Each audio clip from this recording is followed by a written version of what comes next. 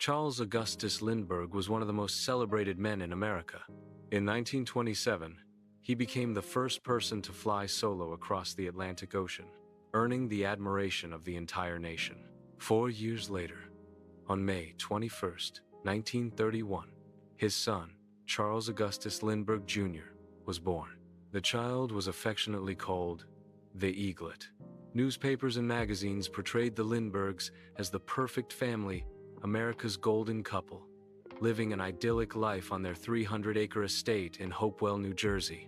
The house, built in 1930, was meant to offer privacy, but in the end, it became the setting for a national tragedy.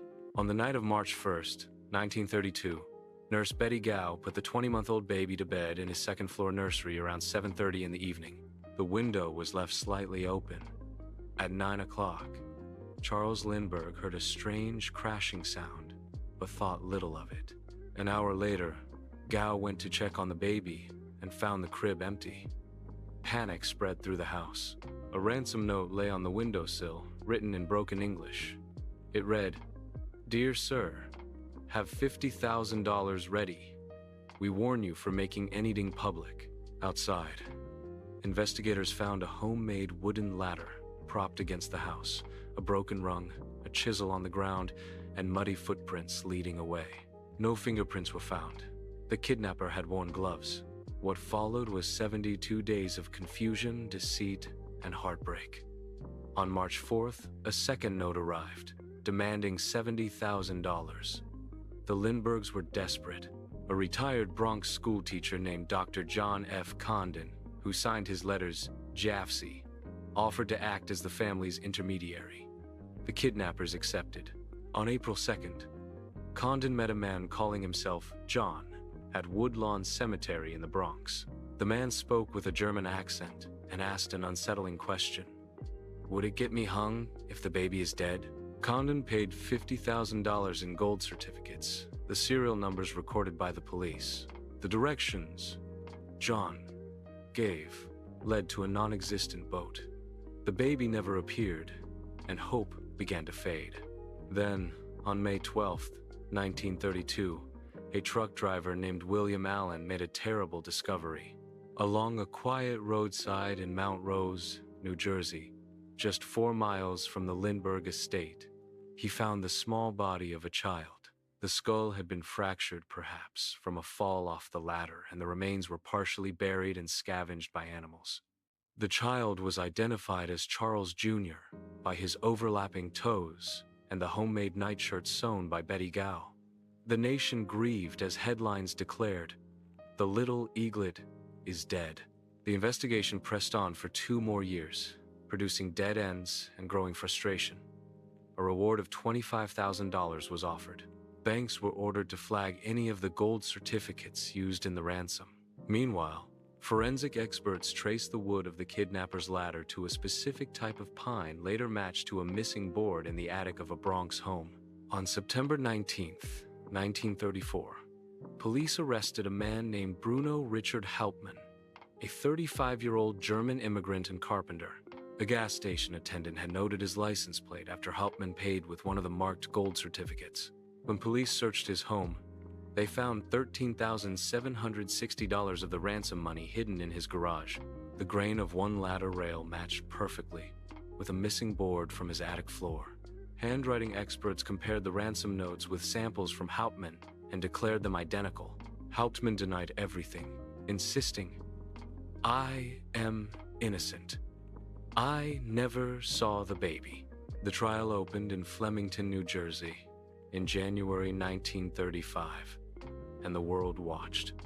It became known as the Trial of the Century. More than 700 reporters attended. Radio stations broadcast every update. Thousands crowded the courthouse lawn each day. The prosecution, led by Attorney General David Wylance, portrayed Hauptmann as a greedy, cold-hearted criminal. The defense attorney, Edward Riley, appeared unprepared and at times intoxicated. Key witnesses included Dr. Condon, who identified Hauptmann's voice, and Lindbergh himself, who testified that he heard the same voice call out, "Hey, doctor!" during the ransom exchange in the cemetery. Handwriting experts unanimously agreed that Hauptmann had written the ransom notes. After a 5-week trial, the jury found Bruno Hauptmann guilty. He was sentenced to death in the electric chair. On April 3, 1936, he was executed at Trenton State Prison. His final words were spoken in German. Ich bin absolut unschuldig, meaning, I am absolutely innocent. 2,000 volts ended his life.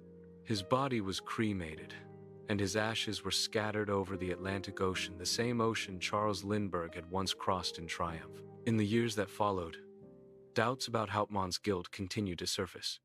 There were no fingerprints on the ladder or ransom notes. Dr. Condon's credibility wavered as his story changed.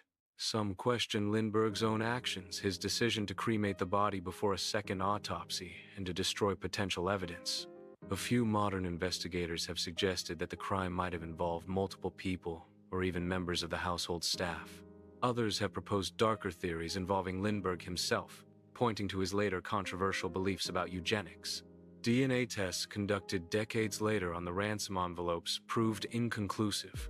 Despite the controversies, the case changed American law forever.